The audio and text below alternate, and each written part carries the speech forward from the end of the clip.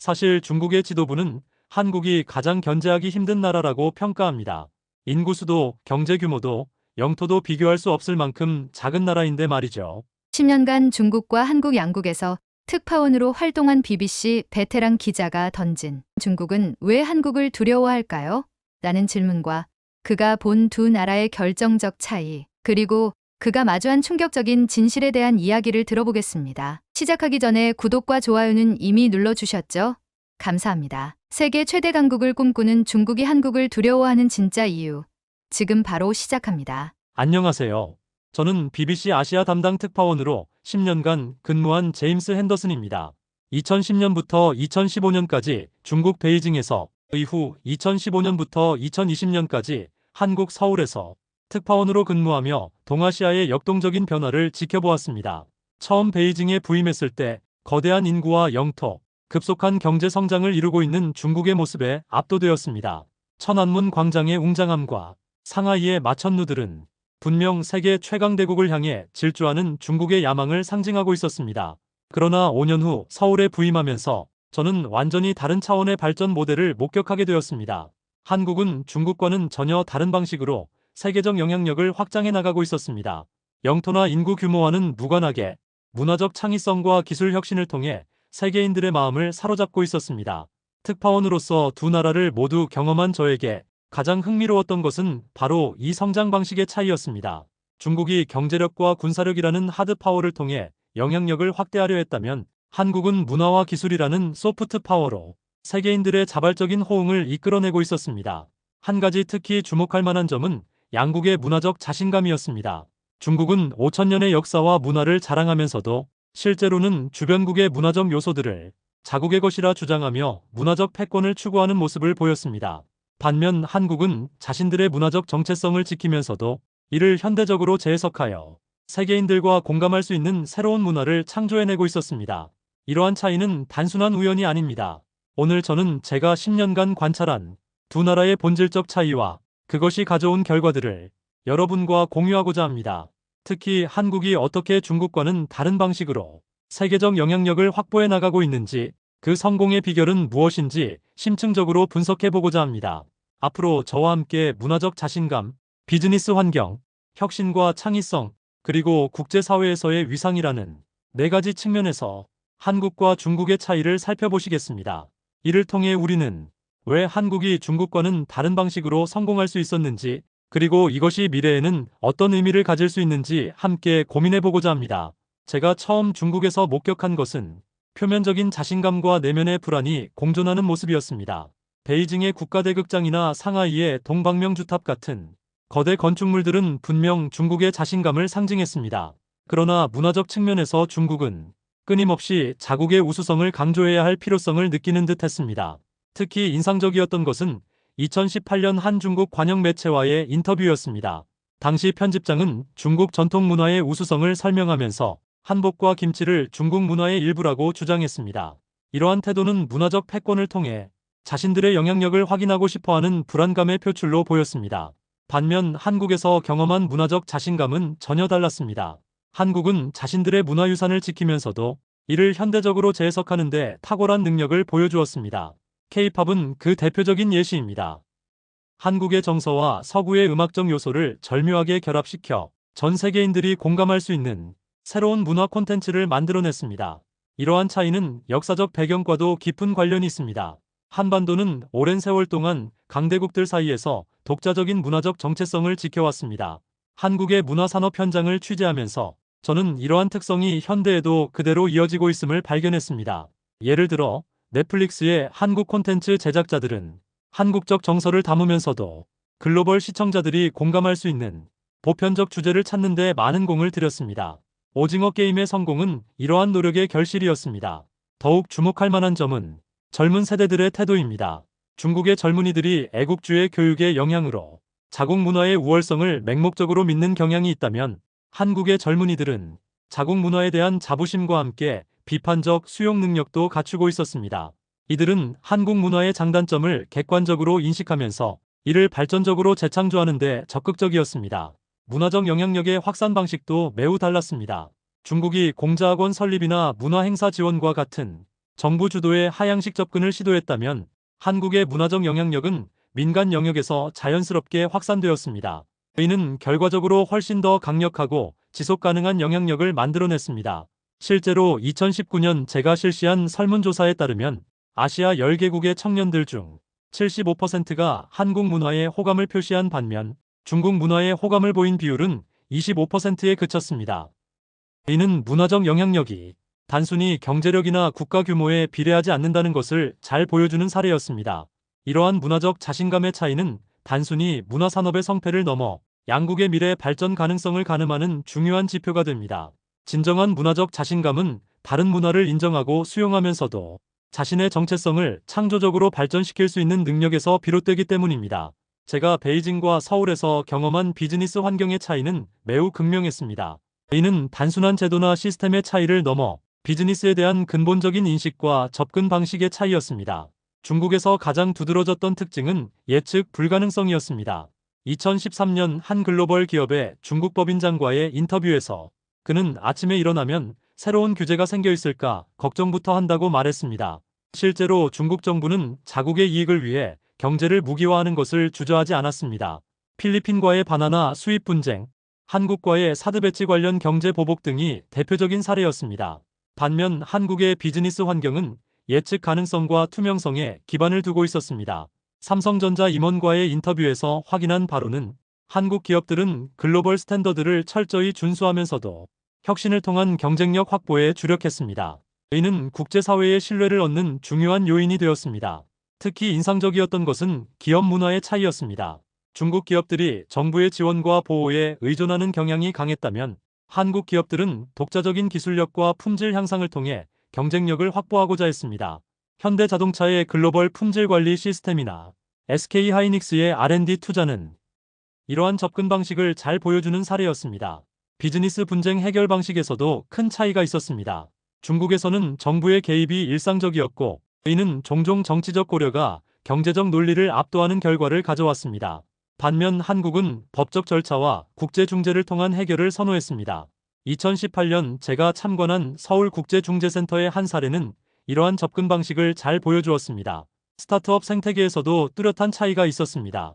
중국의 스타트업들이 거대한 내수 시장을 기반으로 한 성장에 집중했다면 한국의 스타트업들은 처음부터 글로벌 시장을 겨냥한 혁신적인 비즈니스 모델을 추구했습니다. 이는 결과적으로 더 탄탄한 경쟁력으로 이어졌습니다. 외국인 투자자들의 시각도 매우 달랐습니다.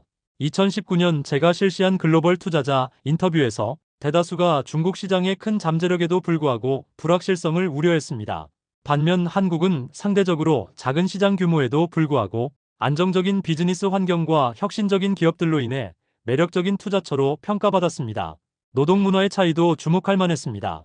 중국이 여전히 저임금과 긴 노동시간을 경쟁력의 원천으로 삼는 경향이 있었다면 한국은 점차 워라밸을 중시하는 선진국형 노동 문화로 전환하고 있었습니다. 이는 장기적으로 더 지속 가능한 성장 모델을 제시하고 있었습니다. 결론적으로 이러한 비즈니스 환경의 차이는 단순한 현상이 아닌 양국의 미래를 결정짓는 중요한 요소가 될 것입니다. 글로벌 경제가 더욱 통합되고 상호 의존성이 높아지는 상황에서 예측 가능성과 투명성, 그리고 혁신을 통한 경쟁력 확보는 더욱 중요해질 것이기 때문입니다. 혁신과 창의성은 21세기 국가 경쟁력의 핵심 요소입니다. 10년간의 특파원 생활 동안 저는 한국과 중국이 보여준 혁신에 대한 접근 방식의 근본적인 차이를 목격했습니다. 중국의 혁신 전략은 빠른 추격자 모델에 기반을 두고 있었습니다. 선진국의 기술을 빠르게 습득하고 모방하여 자국의 거대한 시장을 바탕으로 규모의 경제를 실현하는 것이 주된 전략이었습니다. 2014년 선전의 한 기술 기업 단지를 방문했을 때 저는 놀라운 속도로 새로운 제품을 출시하는 기업들을 보았습니다. 하지만 그 제품들의 대부분은 기존 제품의 변형이나 모방에 가까웠습니다. 반면 한국의 혁신은 창조적 도전자 모델을 보여주었습니다. 삼성전자의 폴더블 스마트폰 개발 과정은 이를 잘 보여주는 사례입니다. 2019년 삼성전자 연구소를 방문했을 때 연구원들은 단순히 기존 기술을 개선하는 것이 아닌 완전히 새로운 사용자 경험을 창출하는 것에 집중하고 있었습니다. R&D 투자의 성격도 매우 달랐습니다. 중국의 R&D는 주로 정부 주도하에 특정 산업을 육성하는 방식이었습니다. 반면 한국은 민간 기업들이 자발적으로 미래 기술에 투자하는 비중이 훨씬 높았습니다. 실제로 한국의 GDP 대비 R&D 투자 비율은 세계 최상위권을 유지하고 있었습니다. 특히 주목할 만한 것은 특허의 질적 차이였습니다. 중국이 특허 출원 건수에서는 세계 1위를 기록했지만 대부분이 실용신안이나 디자인 특허였습니다. 반면 한국은 4차 산업혁명 관련 핵심 특허나 표준 특허 분야에서 강세를 보였습니다. 이는 혁신의 질적 차이를 잘 보여주는 지표였습니다. 스타트업 생태계에서도 뚜렷한 차이가 있었습니다. 중국의 스타트업들이 주로 내수 시장을 겨냥한 서비스 모방에 집중했다면 한국의 스타트업들은 글로벌 시장을 겨냥한 기술 혁신에 주력했습니다. 2018년 판교 테크노밸리에서 만난 한 스타트업 대표는 처음부터 글로벌 시장을 목표로 하지 않으면 생존할 수 없다고 말했습니다. 교육 시스템의 차이도 혁신 역량에 큰 영향을 미쳤습니다. 중국의 교육이 여전히 암기와 수능을 강조하는 경향이 있었다면 한국은 점차 창의성과 문제 해결 능력을 중시하는 방향으로 변화하고 있었습니다. 기업 문화의 혁신도 주목할 만했습니다. 한국 기업들은 수직적이고 경직된 조직 문화에서 벗어나 자유로운 소통과 실험을 장려하는 방향으로 변화하고 있었습니다. 네이버와 카카오 같은 IT 기업들은 이미 글로벌 수준의 혁신적인 조직 문화를 구축하고 있었습니다. 이러한 차이는 결과적으로 글로벌 시장에서의 경쟁력으로 이어졌습니다. 한국 기업들이 반도체, 배터리, 디스플레이 등 핵심 산업에서 기술 우위를 확보한 반면 중국 기업들은 여전히 원천 기술 확보에 어려움을 겪고 있었습니다. 혁신과 창의성의 차이는 향후 양국의 발전 경로를 결정짓는 핵심 요소가 될 것입니다. 4차 산업혁명 시대에는 단순한 모방이나 규모의 경제만으로는 경쟁력을 확보할 수 없기 때문입니다. 이런 관점에서 한국의 혁신 모델은 분명 더 지속 가능한 미래를 보여주고 있었습니다. 국제사회에서 한 국가의 진정한 영향력은 단순한 경제력이나 군사력을 넘어 그 나라가 제시하는 가치와 비전에 대한 국제사회의 신뢰에서 비롯됩니다. 10년간 두 나라를 관찰하며 저는 한국과 중국이 국제사회에서 매우 다른 방식으로 영향력을 행사하는 것을 목격했습니다. 중국은 1대1로 전략을 통해 거대한 경제적 영향력을 행사하려 했습니다.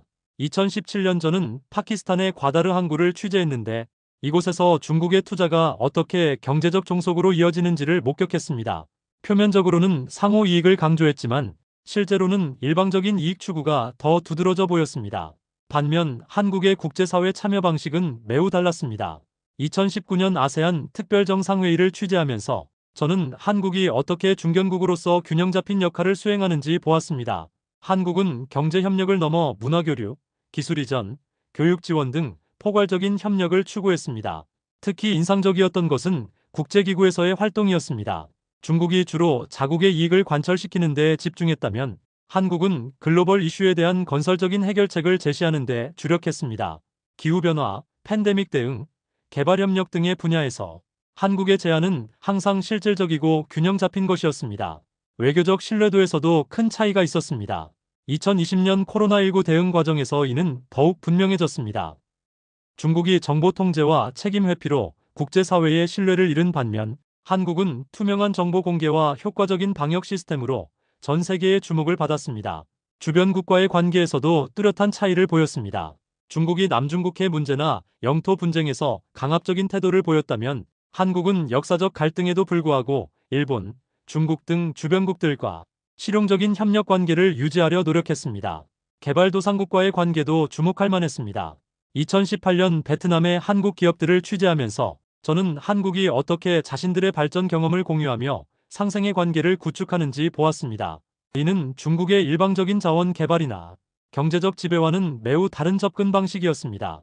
미래 전망에서도 양국은 매우 다른 모습을 보여주고 있습니다. 중국이 군사력과 경제력을 바탕으로 한 패권 추구에 집중한다면 한국은 소프트 파워와 기술 혁신을 통한 영향력 확대를 추구하고 있습니다.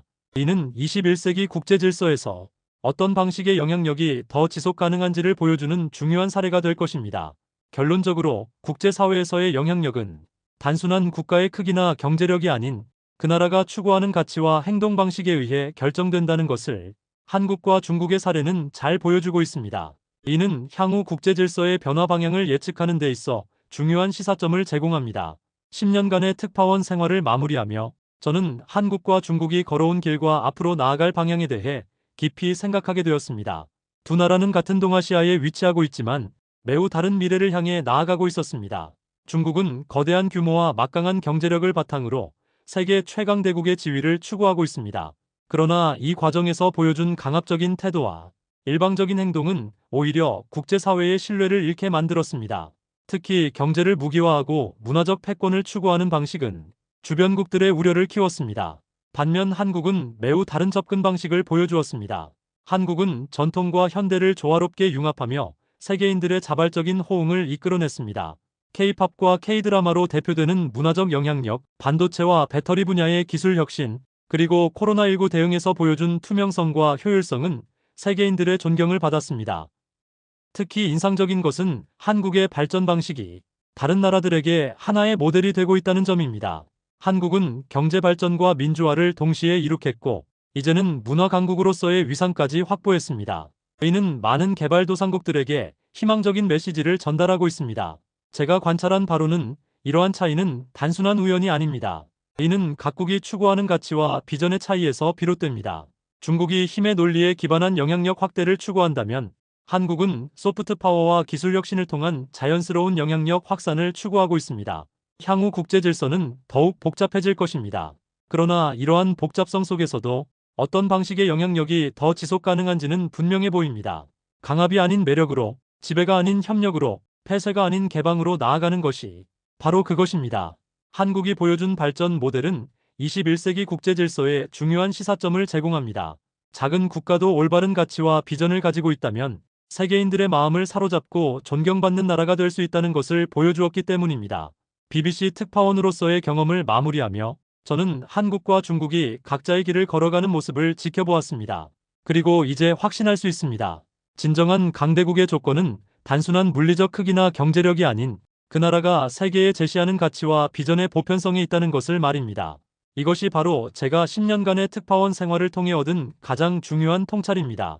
앞으로도 저는 이 두 나라의 발전을 관심 있게 지켜볼 것입니다. 그리고 믿습니다.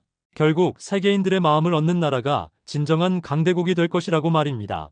오늘 제임스 앤더슨 특파원의 시선으로 한국과 중국의 차이를 살펴보았습니다. 특히 인상 깊었던 부분은 강국의 조건이 단순히 영토의 크기나 경제력이 아니라는 점이었습니다. 우리나라는 독특한 정체성을 바탕으로 세계인들의 마음을 사로잡는 매력적인 강국으로 성장했습니다. 핸더슨 특파원의 말처럼 힘으로 누르는 것이 아닌 매력으로 이끄는 것.